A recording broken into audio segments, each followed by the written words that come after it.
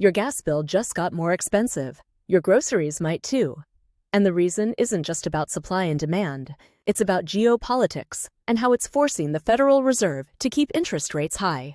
We're talking about a double whammy: escalating tensions in a critical global oil choke point, colliding head-on with the Fed's unwavering commitment to fighting inflation. This isn't just a market headline. It's a direct threat to your purchasing power and a significant obstacle to any hopes of cheaper borrowing anytime soon. The question isn't whether this matters, but how deeply it will impact our economic future. Let's talk about the Hormuz Gap. Imagine a narrow choke point, an hourglass neck through which nearly a third of the world's seaborne oil passes every single day. This is the Strait of Hormuz, nestled between Iran and Oman, and it's absolutely critical for global energy supply. Recent geopolitical flare-ups in the Middle East, including retaliatory strikes, have put this vital waterway firmly in the crosshairs.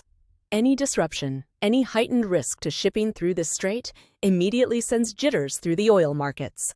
This isn't just a theoretical risk, it's a tangible threat that directly restricts supply. And when supply tightens, prices surge, creating immediate and widespread inflationary pressure. Now, let's connect that to the Waller warning. The Federal Reserve, specifically Governor Christopher Waller, has been very clear. They have a high bar for cutting rates. Their primary mission is to get inflation down to their 2% target.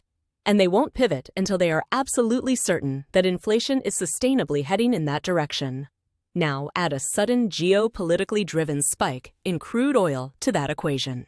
It's a direct and immediate challenge to the Fed's inflation fight, impacting everything from transportation costs to manufacturing. This energy shock creates a robust, hawkish floor for monetary policy, meaning the Fed simply cannot afford to ease up, even if other economic indicators start to soften. So, how does a barrel of oil in the Middle East impact your mortgage rate or the price of your next car? It's a ripple effect. Higher crude prices translate directly into higher gasoline prices, increasing transportation costs for every good you buy. Manufacturers pay more for energy, passing those costs on to consumers.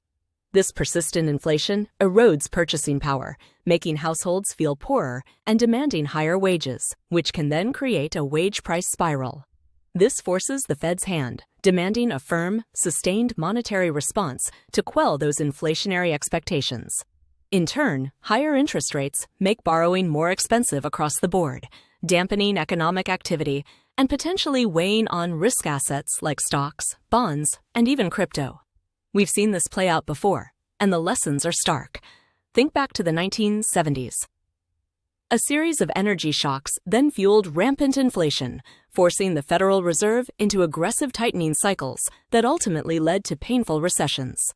The current Fed has that history burned into its institutional memory.